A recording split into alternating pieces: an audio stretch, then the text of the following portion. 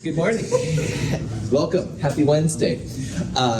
Today and Friday and Monday, first of all, we'll finish what's left of chapter 20, which is more just informational than anything. And then after that, we're going to start a review session. And the review will get you ready for the midterm. So that's kind of what's on the docket anyway as of right now. And we're doing that because next Wednesday at 1:10 p.m., we'll take the first midterm. And because of the snowpocalypse, there's a whole bunch of stuff due. Problem sets 2 and 3, take-home quizzes 2 and 3, the OChem lab, the valence bond molecular orbital lab, and the exam prep 1. All of those things, except for the take-home quizzes, are in your companion. I have copies of the take-home quizzes in my office. If you want to come get it, that's cool.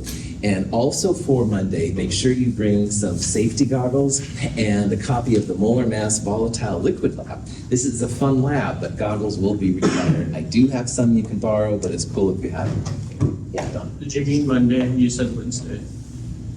You said next Wednesday. Did you mean Monday? Yeah, Monday. If I said Wednesday, I apologize.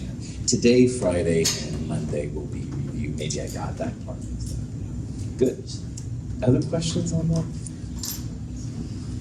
Okay, so we left off on Monday talking about a system called polymers, and polymers are something that's a lot of times completely ignored in the 220 level of chemistry, and that's really too bad because there are so many plastics all around us, all right? We all have plastics on us that we use and stuff we interact with, and plastics are basically types of polymers. So it's cool to talk about what a polymer is, so you can at least discuss them that way, the yays and nays of things. Now, the name polymer comes from, if you will, mer, which just means a unit. So a monomer would be one piece, a dimer would be 2, a trimer would be 3, etc. But what happens a lot of times here is they use polymer, so many, many pieces put together.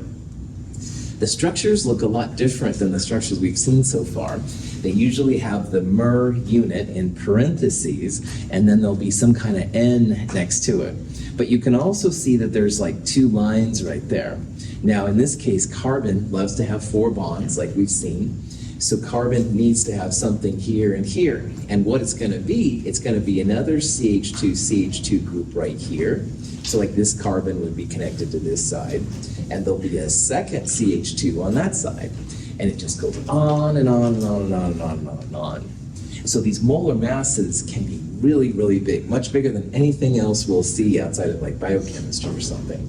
Some of the molar masses of plastics are like 10 million, all right? And it's just crazy.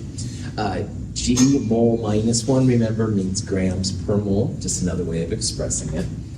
And again, they're used all over the place. So we're going to look at some examples of how they're made, all right? And this is by no means comprehensive, but at least you'll have the background to talk about plastics in the future. Recycling, I think, if you can, is so totally important, but you can decide for yourself what the right answers are here.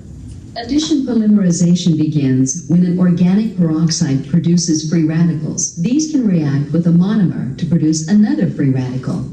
This unstable intermediate can react with a second monomer to form a larger species. Eventually, a polymer chain grows. The chain can grow to contain many thousands of monomer units. A termination step seals the reactive end of the growing chain. One possible termination is the coupling of 2 chains. This is an example of making polyethylene, all right? Now, ethylene is another name for ethene. You have a carbon-carbon double bond. And what they have some kind of compound to activate it. A lot of times it's a peroxide. Now, peroxides have an OO single bond with H's or something else on the end. And the OO single bond is really pretty reactive because oxygen's really electronegative. It's pulling electrons that way. So it's relatively easy to break them up. And you end up making 2 paramagnetic OX or OR kind of species. So if you looked on that video, there was a little lone pair electron on one of them. And paramagnetic things are really reactive. So they can attack pi bonds. They break up the pi bond that was between like those 2 carbons. And in the process, that odd electron is transferred to the far side. And then that carbon attacks another pi bond, another one, blah, blah, blah.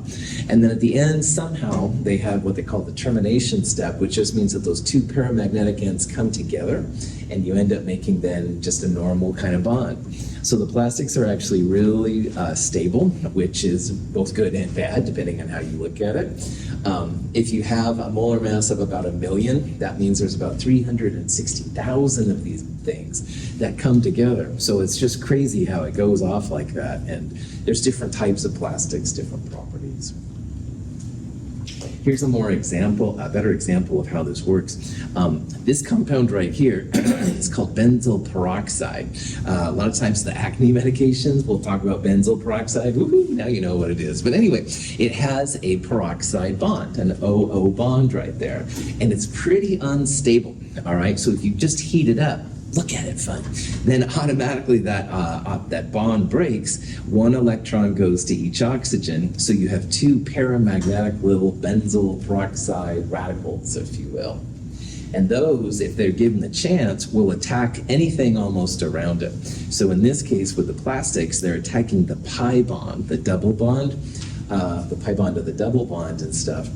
It makes an oxygen-carbon normal bond, and then that paramagnetic side, still missing electron, it goes to the far carbon. So once you have that new paramagnetic species, it can react with more polyethylene. So you've got N of these, it attacks another one, you have N plus 1, it keeps going and going, growing and growing, until finally then two of the paramagnetic sides find each other. It can be like one of these and another one of these. It's hard to say. In this example, it's another one of these radicals that we started with. They find each other, they make a new sigma bond, and your thing is formed. Now, the chemical properties of these things will not be determined by the ends because they're like far side of these molecules. Most of the bulk of the polymer will be this CH2CH2 thing. So most of the chemistry will be akin then to CH2CH2 groups. The ends and stuff are kind of different. So anyway, it's a fascinating science. Again, the implications are a little crazy sometimes. High density polyethylene, HDPE, is actually pretty common. It's used in a lot of things around us. And those are usually pretty linear, so all of the things are arranged like that. But sometimes it can be branched, like you'll have like a little branched part come off there and stuff. You can have cross-linked polyethylene. There's different ways to make these different polymers. I do not know off the top of my head how they do it, but you can have the different properties. Like this one would be all in a row, so you can imagine you could stretch it out and stuff. These would be a little funkier to deal with. They'd have different densities and blah, blah, blah. There's usually a lot of air inside the plastics, inside these different polymers. If you've ever seen the peanuts that sometimes are used for packaging, they have a lot of air. And if you use acetone on them, it will dissolve it. And that big, big, big volume goes down to like nothing. You've got this kind of nasty glue stuff on the bottom. So it's kind of a cool experiment, but it shows how they're really good. If you're packing things, you want to protect whatever's inside, they can be pretty helpful. Now you can also do what's called a condensation polymerization reaction, and some of the fancier polymers, I think, come from this kind of process. In the previous one, you had basically a long line of your monomers, all right, kind of together. And there's not a lot of diversity in terms of how they react chemically. Their polarity would be equivalent, stuff like that. But with a condensation reaction, you can take different types of monomers, put them together, and you end up with things with different properties, which is cool. It's a powerful mechanism. It does some really neat things. If you're wearing contact lenses right now, that's an example of something that's made through a condensation reaction. Nylon is the most probably popular, if you will, the condensation polymerization things, but there's lots and lots of different cases of it. Ethylene glycol and terephthalic acid can react with each other at both ends of either molecule. The reaction produces a molecule of water and allows the bonding of the remaining molecules.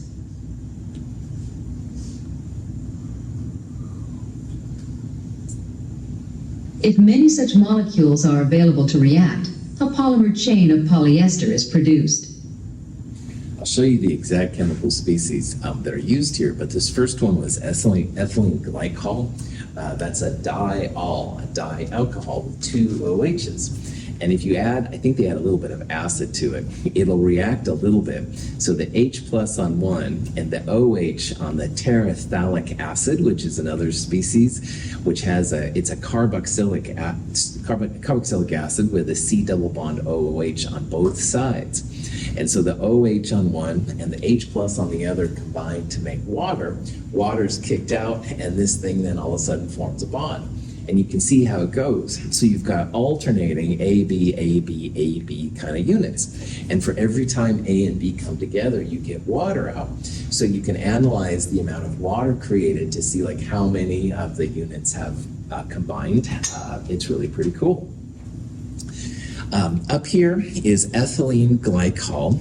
Ethylene glycol was 2 carbons, and each carbon had an alcohol, an OH on it. It was a diol.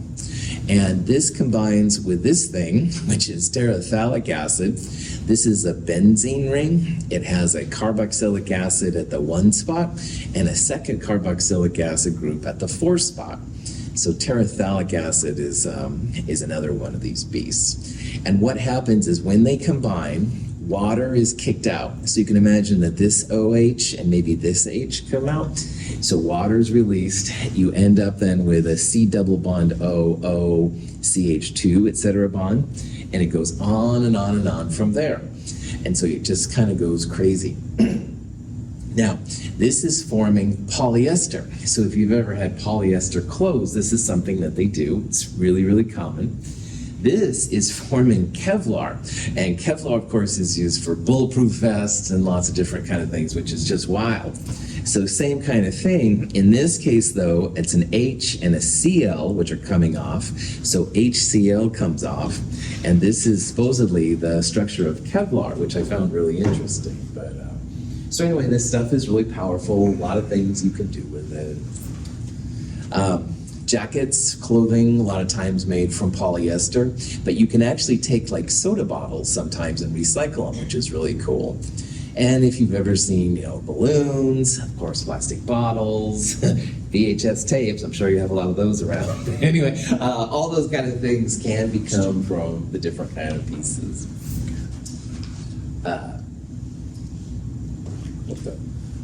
Awesome. Okay. Anyway.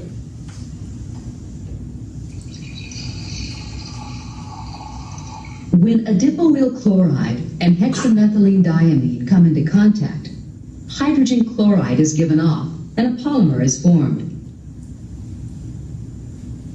This polymer is commonly known as nylon 6,6, one form of nylon. See how the plastic kind of... The number 6,6 indicates that there are 6 carbon atoms in each of the monomer.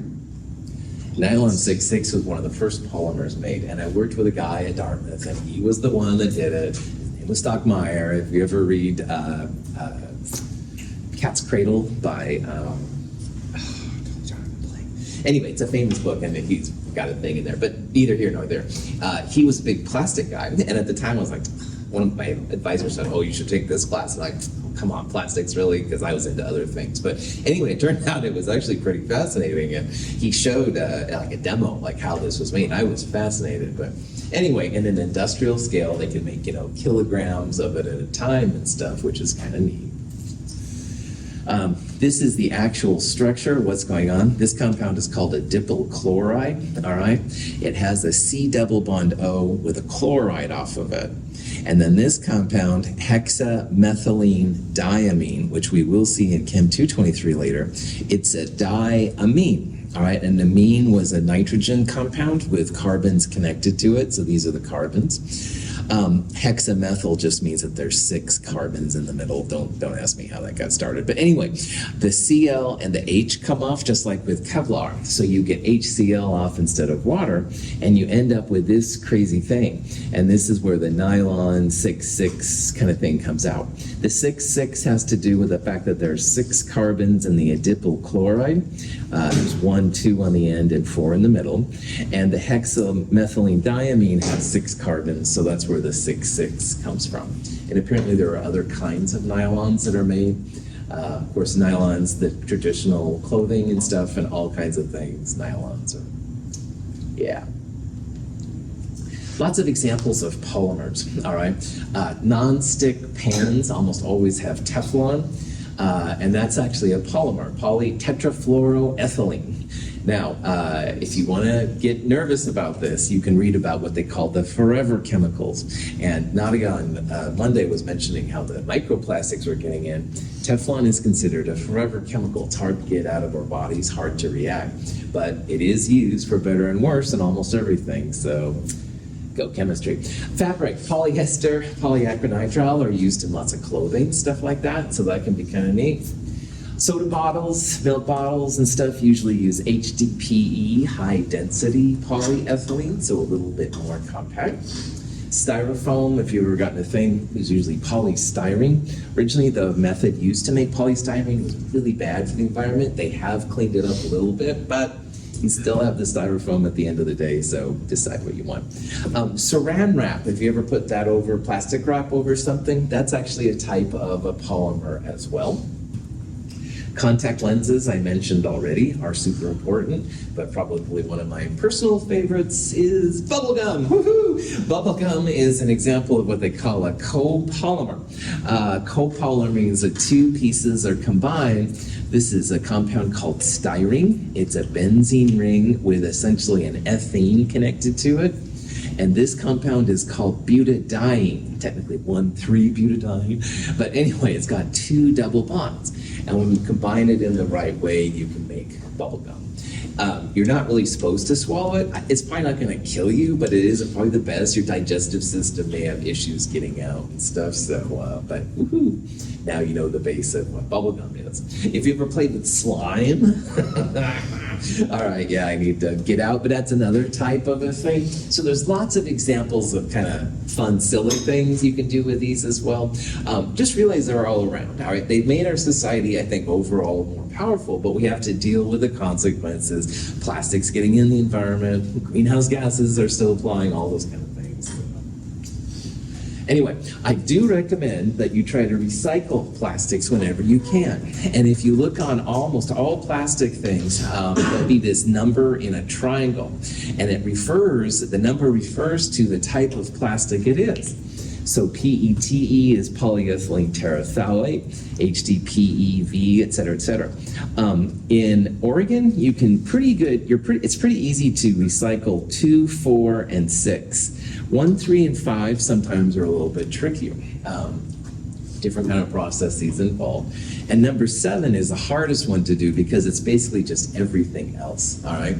Now, sometimes you hear about they're using plastics to make like stall dividers for bathrooms and stuff, which I think is pretty cool, actually. A lot of times they'll use like anything they can get their hands on, which will be number 7. But the reason why 7 is that the other ones usually have pretty distinct densities. So if you want to recycle, say, number 1, and you've got some number 2 in it, well, there's enough of a density difference here to make this happen. We've seen that water, which is about 1 gram per milliliter roughly, all right, is the standard. So these would float on water because the density is less than 1. On the other hand, this one right here would sink in water. So you can usually separate them out pretty easy, which is cool. This is just a guide and stuff that I found one place that talks about the different kinds of uses for the different ones. But if you can recycle plastics, it sure is cool because we're swimming in them as a society. So. All right, but that's enough of me on my soapbox. Let's talk about next week's little best. Oh, I don't think I ever. Okay, so. Wow, snowpocalypse has really been weird. By the way, alkane. All right, prop that back up. Okay, I'm laughing at my own jokes here as well. Okay, recenter, Michael. For those of you that are new to my world, and there's certainly several people in here that haven't been there, at the end of each chapter, all right, besides my ridiculous little joke things, there are some references which might be important. I have in the companion both a study guide and a concept guide. And the study guide is a bulleted list of the things that I think are kind of important from the different chapters. You can go through, just kind of make sure that they at least sound familiar. Concept guides, on the other hand, are worked examples of the different problems you might see. So if you go to the concept guide, for example, for chapter 20, you'll see some naming examples, like turning names into formulas, formulas into names, stuff like that. So definitely the concept guides, I would say, look at as if you had nothing else to do. Also at the end of the chapter, and I don't usually go over this, but there are a couple of additional resources that might help. This is the what I call the important equations, constants, etc. kind of slide, where I try and go over the important part of this chapter we just looked at. Now, if this was a more math chapter, there would be equations or maybe constants or something like that. In this case, of course, it's more about naming organic compounds, the different families, and stuff like that. But it can be cool to look at. And finally, at the very, very end, there's usually several questions that I list right here, and the answers are given on the next page. So if you have the printed version of the companion, or you can get this online, you can look at this page, cover up the answers, and then flip to this side to see that it's right and stuff. So it's just another thing to help study. Any questions on that? All right. Now, though, what we're going to do is we're going to start talking about next Monday at 1:10 for those of you in section 01. And that's when we're going to look at the first midterm. Now, this midterm path has not been as smooth as I intended. Thanks, Mother Nature, but what are you going to do? So what we're going to do is really try and use this time to re-solidify all the things that are happening, all right? And so this first midterm, which will be next Monday at 1:10, it'll go from 1:10 to 3. It'll be over chapters 7, 8, and 20. So chapter 7 was Lewis structures, Vesper geometry, stuff like that. Chapter 8, valence bond, molecular orbital theory. And chapter 20 was our organic chemistry chapter. Now, usually midterms are evenly spaced, more or less, over the 3 chapters. But with this midterm, you will definitely see more stuff over chapter 7 and 8 than chapter 20. So chapter 20, the organic stuff, there will be some stuff on there, but there's a lot more on 7 and 8 than the other ones. So next Monday for section 01, when you come to class at 1:10, all right, I do think you'll need a calculator. In problem set 1, there was the bonds broken minus bonds formed kind of stuff. So bring a calculator. No cell phones, no computers and stuff like that can be used during midterms. So calculator will be helpful, not as much as a lot of them, but it will be helpful.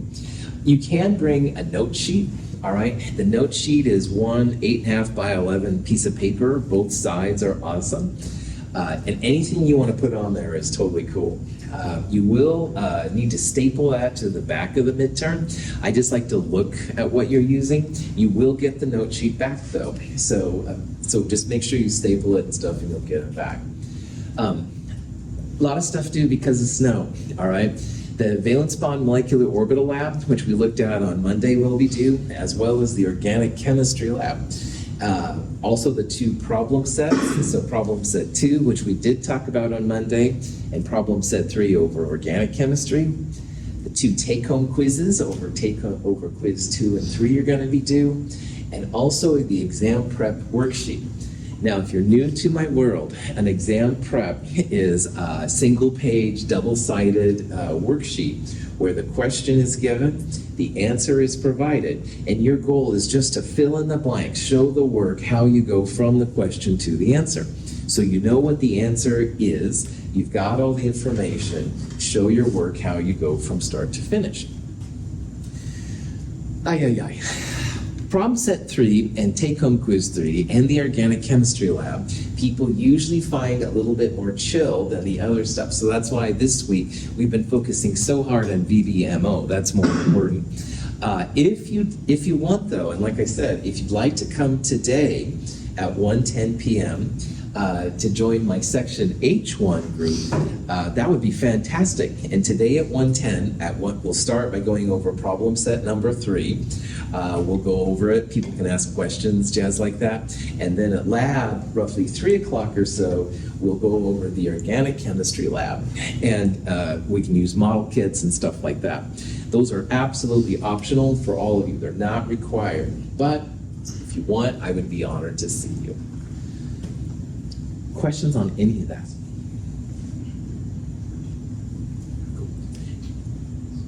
Cool. Next week's lab is a lab where we're actually using chemicals again, which is kind of nice. And it's a really cool lab. It's called the molar mass of a volatile liquid lab. And in this lab, you're going to take a liquid and turn it into a gas. And using the gas properties, which is the focus of the next section, we'll be able to do lots of kind of cool things. We'll be able to find the molar mass of a gas, which is a pretty neat thing. Lots of flames, lots of gases, chances for explosions and fires, all that kind of jazz. So you will need safety goggles, all right? If you have a pair, bring them along. If you don't have a pair, you can go to the dollar store and grab one of those. If you don't bring a pair, I have spares you can use. They're community glasses, so they may not be as cool as your own, but that's another possible thing. The midterm itself will have 20 multiple choice questions, 5 short answer questions, and it will be about 2 hours in length, all right? We will not be looking at problem set 4 next week. That'll be the week after. Next week, we're going to focus just on the midterm, take care of business. Most of you will not need, I don't think, the 2 hours, but you have from 1:10 to roughly 3 o'clock to get take care of business. There's a sample midterm on the website and then the companion, and I do encourage you to check that out. It's a midterm I gave a couple years ago to Chem 222. You can see the kind of questions I'll be asking, kind of look at the format and stuff like that. The answers are provided for the sample midterm, so you can also use that as an actual way to test yourself, see how you're doing, go forward from there, stuff like that.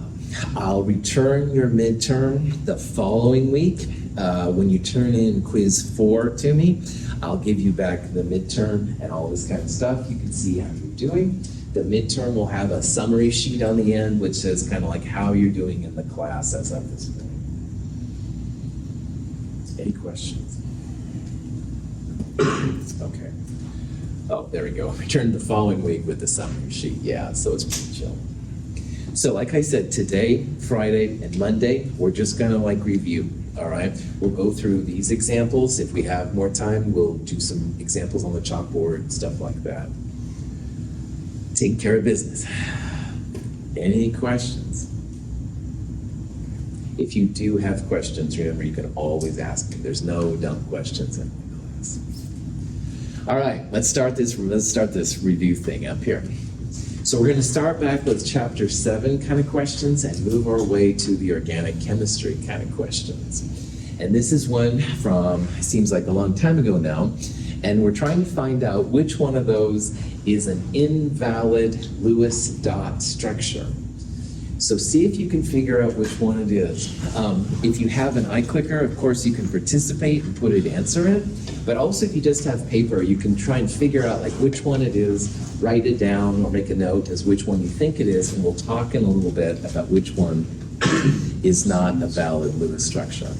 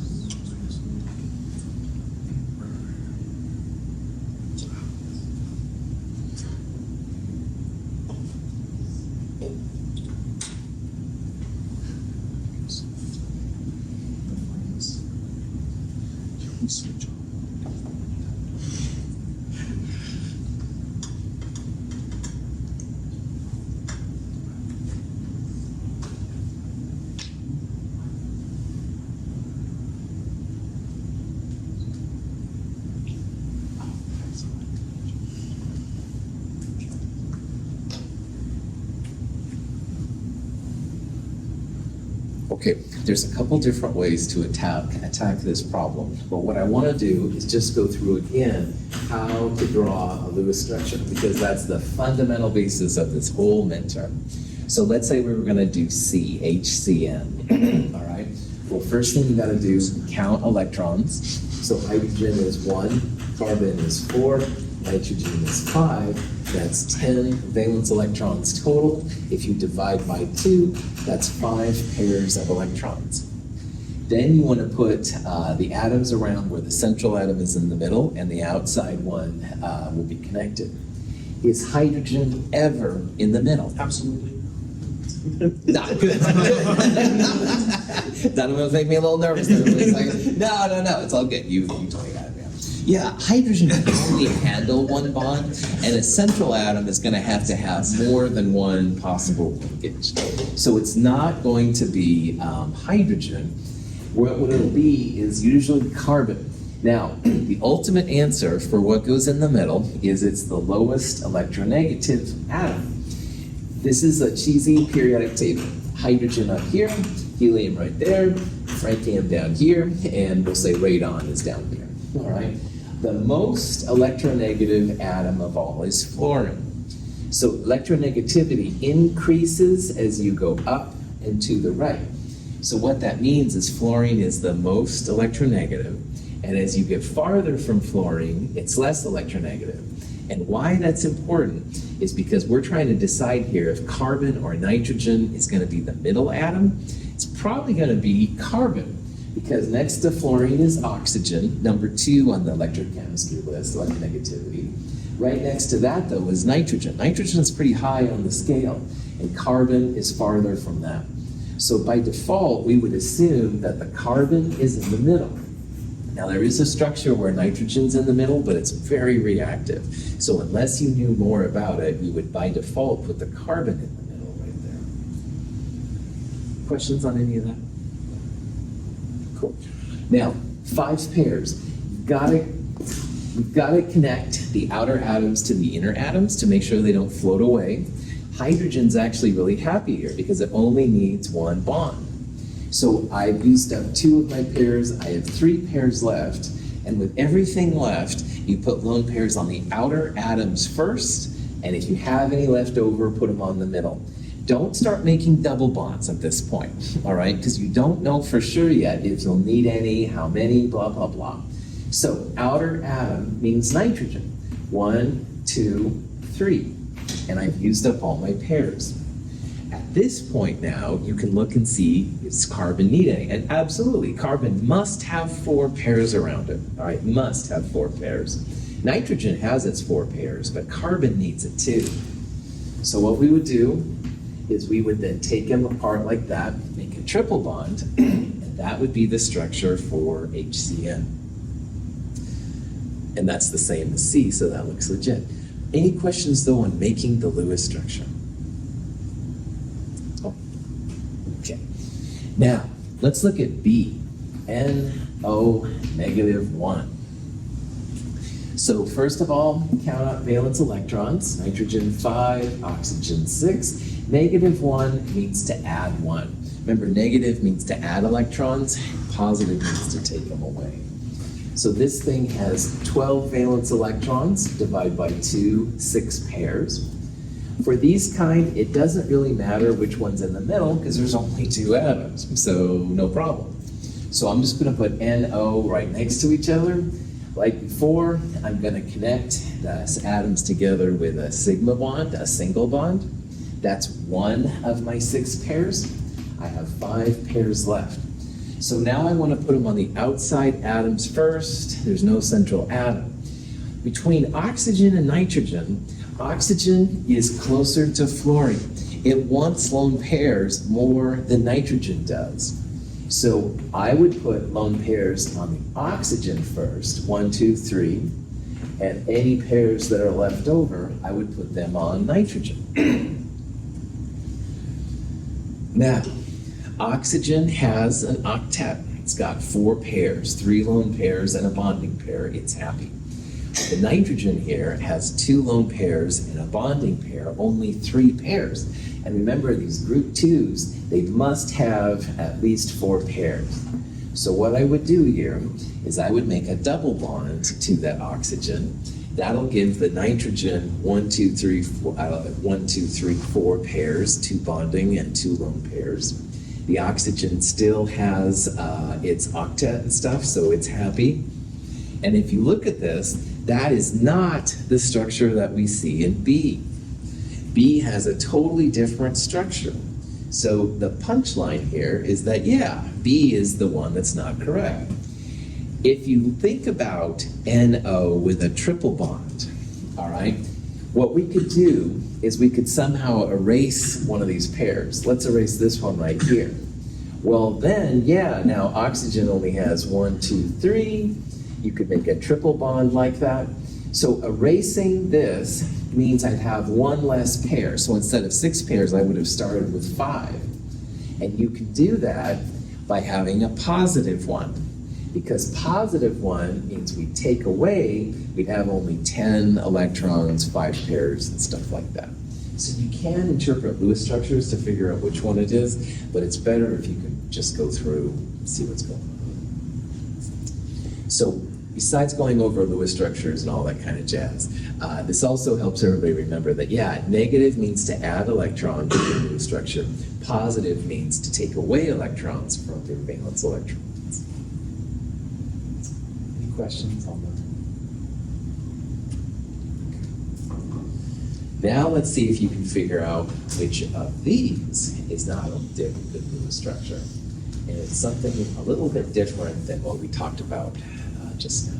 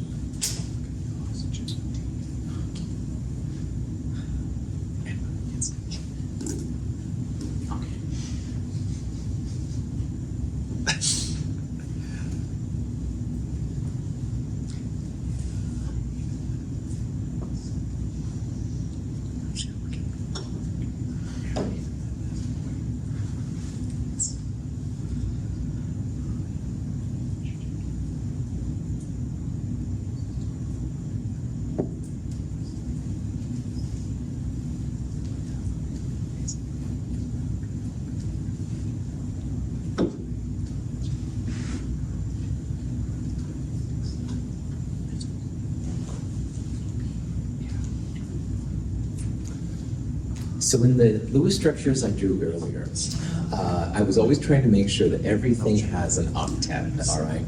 So initially with HCN, the nitrogen had 3 lone pairs and carbon just had the 2 pairs. We had to make a triple bond in order to make everybody happy. Happiness for the period 2 elements. And let's just make sure we're all cool about that. Periods go left to right. And period 2 has the big ones of organic chemistry: carbon, nitrogen, oxygen, sometimes fluorine. All of those need to have at least 4 pairs to be happy. That being said, now after I said that, boron, beryllium, aluminum can be less, but that's a thing we'll talk about later. Anyway, the big ones, the big organic ones, carbon, nitrogen, oxygen, fluorine, they have to have 4 pairs, all right? But can period 2 have more than 4 pairs? No. No, right on. If you're in period 3, which is silicon, phosphorus, or arsenic, the one below it, or even tellurium down there, they can have more than 4. So if you look at these structures, like carbon here has 4 pairs, 2 bonding, 3, 4 bonding, it's happy. Oxygen, 1, 2, 3, 4, so it's happy. Hydrogen only needs and only can have 1 pair. So everything's cool here. Chlorine has 3 lone and a bonding, it's good. Nitrogen, same thing. Down here we have our resonating structure, but everything's okay there too. This oxygen has 2 lone pairs, 2 bonding pairs. This oxygen, 3 lone pairs and a bonding pair, et cetera, et cetera. But this one, which people seem to see, which is really good, the nitrogen in the middle is not a happy, I'm having a problem here with the thing. Anyway, it's not a molecule which can exist because nitrogen, that central nitrogen right there, has 1, 2, 3, 4, 5 bonds around it. Now, if this was the period below, like phosphorus or arsenic below that, these kind of structures are possible because they can go beyond the octet. But man, nitrogen, carbon, fluorine, oxygen, limited to 4 pairs. Your oxygen also has too many pairs. Oxygen here has 1, 2, 3 lone pairs and 2 bonding pairs. That's also beyond the octet. So both the N and the O are out of bounds. That molecule should not exist. And again, that's what makes Chem 222 different than the Chem 100 series, because in the Chem 100, we're mostly just looking at carbons, nitrogens, oxygens. But in this section, we will look at ones like in phosphorus and sulfur and stuff that can go beyond. That's where it gets a little weird. So, any questions? All right. Formal charges are definitely a thing that helps you to figure out what the best structure is. And formal charges can be super cool. There we go. So this is an example of the compound called the formate ion, all right? Formic acid is also known as methanoic acid, but formic acid is by far the more common name. And when you take the acidic H plus off, this is what you get.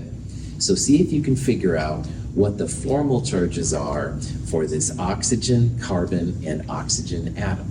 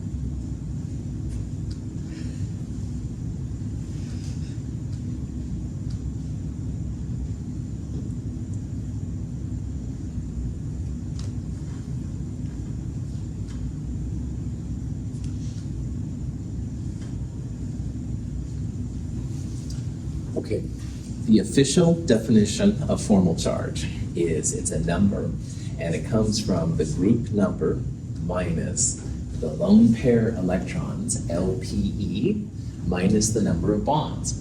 Sometimes you'll see minus 1/2 bonding pair electrons. I find that more confusing, but it does work and stuff, so either way is fine. So let me show you what I mean looking at this oxygen. So oxygen, group number 6, you subtract all of the lone pair electrons. So that's 4 lone pair electrons and you subtract the number of bonds. If you use bonding pair electrons, it would be minus 1/2, 2 plus 2, or 4, so you get the same number, all right? I find it easier to do bonds, but honestly, either one is fine. Anyway, this oxygen comes out to have a formal charge of 0, and the more zeros you can have, usually better. Questions on this process? All right, this carbon right here, group number 4, no lone pair electrons on the carbon. And this carbon has 1, 2, 3, 4 bonds, so its formal charge is also 0. And then last but not least, this oxygen, still group number 6, it has 1, 2, 3, 4, 5, 6 lone pair electrons and 1 bond. So the formal charge of this is minus 1. Now, in case you're nervous about it, and I understand, we can do the group number of hydrogen. It wasn't required, but group number for this, group number is 1. It has no lone pair electrons, and there's 1 bond, so it goes to 0. So if you have a hydrogen with a single bond, you don't have to worry about formal charges. Anyway, all of the formal charges added together, which includes the 0 up there technically, must equal the charge on the ion, if there is one. And this thing has a -1 charge. So it's 0 plus 0 minus 1 plus 0 goes to -1, and that's good. It shows that this is a legit resonance form, all right? And this will resonate. You can have the double bond over here and a single bond there, stuff like that, which is fine. So this is the way to see that answer D is the best answer, all right? Now, if you hate this definition and, oh man, it's lame, well, hydrogen with a single bond will always be 0. And carbon loves to have 4 bonds. If it has 4 bonds, formal charge 0. Oxygen has a formal charge of 0 if it has 2 bonds and 2 lone pairs. So it could be a double bond like we have here. It could also be 2 single bonds like in water, and that would be legit too. But if you don't have, say, oxygen this way, that's when you're going to have weird things. So if you have 1, 2, 3, 4, 5, 6, 7 pieces around it, and it's group number 6, this will be -1. Once in a blue moon, you'll see like a triple bond O. That would be a positive 1 O. So you can look for those kind of things too to see which one is best, but anyway, it's up to you. There's different ways. Questions? Okay. We'll do one more. Sulfur dichloride is an example of a molecule that you can draw a Lewis structure for. See if you can draw the Lewis structure for SCl2 and then figure out what the molecular shape or molecular geometry of SCl2 will be.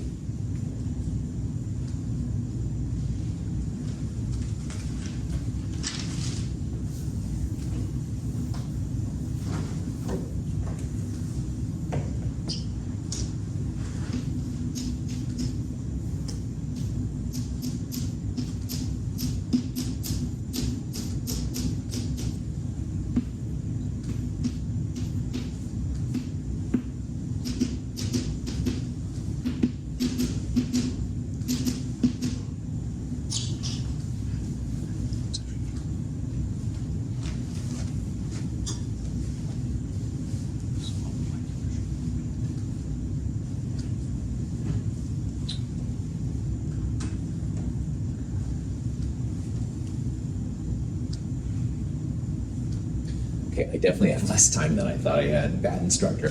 Anyway, SCl2, count up the valence electrons. You get 20 valence electrons or 10 pairs. Sulfur in the middle, chlorine on the outside. Chlorine's one of the more electronegative ones. Outside atoms first, inner atoms next. This is a tetrahedral electron pair geometry because there's 1, 2, 3, 4 pairs around it. And if you have tetrahedral with 2 bonding pairs and 2 lone pairs, it becomes the bent molecular geometry.